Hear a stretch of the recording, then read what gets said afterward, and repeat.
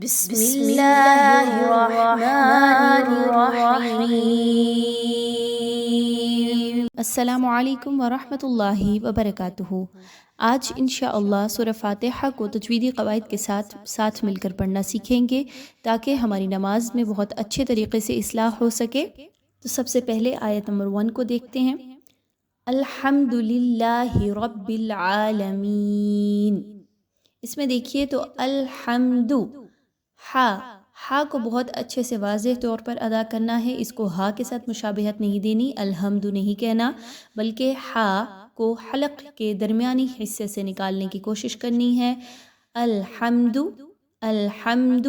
آگے دیکھیں تو دال پیش دو، اس کو اکثر اوقات لوگ پڑھتے ہیں واو مدہ کی طرح۔ الحمد ایسا پڑھنا ٹھیک نہیں ہے، بلکہ الحمد دال پیش دو۔ اس کی حرکت کو اتنا ہی رکھیں گے جتنا ایک حرکت کو رکھا جاتا ہے۔ للہ، اللہ سے پہلے کا جو لام ہے اس کے نیچے زیر آ رہی ہے، تو اس لیے اس اللہ کے حرف کو باریک پڑھیں گے۔ کیسے؟ الحمد للہ، اس کو اب موٹا نہیں پڑھنا۔ الحمد للہ ایسا کرنا درست نہیں ہے، بلکہ باریک للہ۔ آگے دیکھیں تو ہا آ گیا، ہا کو اس کے مخرج سے نکالیں گے حلق کے بالکل آخری حصے سے۔ الحمد للہ۔ آگے دیکھیں تو رب العالمین، را پر زبر آ گئی، اس را کو پر پڑھیں گے، باریک نہیں پڑھنا۔ اکثر اوقات لوگ اس کو کیا پڑھتے ہیں؟ رب العالمین، رب العالمین نہیں پڑھنا، بلکہ را کو موٹا رب العالمین، اور کی آواز آنی چاہیے۔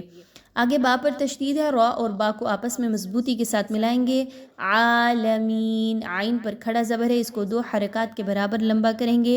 میم زیر یا، می یا پر جزم کا نشان ہے اور اس سے پہلے والے حرف میم کے نیچے زیر ہے، 2 حرکات کے برابر یا مدہ کی ادائیگی رکھیں گے۔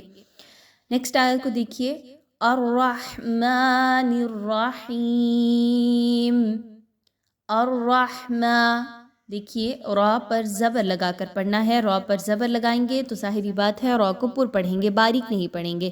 الرحمن، ہا کو اس کے مخرج سے اچھے طریقے سے نکالیں گے، ہا کو اچھے طریقے سے پڑھیں گے، اس کو ہا کی طرح نہیں پڑھنا۔ اور رحمانی کہہ دینا بالکل بھی نہیں کہنا، کیونکہ معنی بہت زیادہ بدل جاتا ہے، اور کیونکہ قرآن کریم کی بات ہے تو اس میں بالکل بھی اس طریقے کی گنجائش نہیں ہے کہ معنی اور مفاہیم کو بدلا جائے، تو اس لیے بہت اچھے طریقے سے الفاظ کو ادا کرنا ہے۔ الرحمن، را کو موٹا، ہا کو اس کے مخرج سے۔ میم کھڑا زبر ما، اس کو 2 حرکات کے برابر لمبا کر کے کھینچ کے پڑھیں گے۔ الرحمن الرحیم۔ اب نون کو را کے ساتھ جب ملانا ہے تو یاد رکھیے را پر پھر سے زبر آ رہی ہے، اس را کو پھر سے پر پڑھیں گے، موٹا پڑھیں گے۔ لیکن اکثر اوقات لوگ یہاں پہ کیا مسٹیک کرتے ہیں؟ الرحمن الرحیم، الرحیم کہہ دیتے ہیں اس کو، جبکہ ایسا نہیں ہے۔ را کو موٹا پڑھنا ہے، را کو باریک نہیں پڑھنا، اور ہا کو اچھے سے ادا کرنا ہے۔ الرحمن الرحیم، الرحیم کی ہا اور الرحمن کی ہا دونوں کو اچھے طریقے سے پڑھنا ہے۔ ہا زیر یا، ہی 2 حرکات کے برابر یا مدہ کی ادائیگی رکھیں گے۔ نیکسٹ آیا مالک یوم الدین، یہاں پر میم پر کھڑا زبر ہے۔ عام طور پر لوگ اس کو مالک یوم الدین بھی پڑھ دیتے ہیں اور مالکی یوم الدین ایسا بھی پڑھتے ہیں، ایسا نہیں کرنا، بلکہ میم پر کیونکہ کھڑا زبر ہے اس کو 2 حرکات کے برابر لمبا کرنا ہے۔ میم کھڑا زبر ما، لام زیر لی، مالکی، میم کھڑا زبر ما، 2 حرکات کے برابر اس کو لمبا کرتے ہوئے پڑھیں گے۔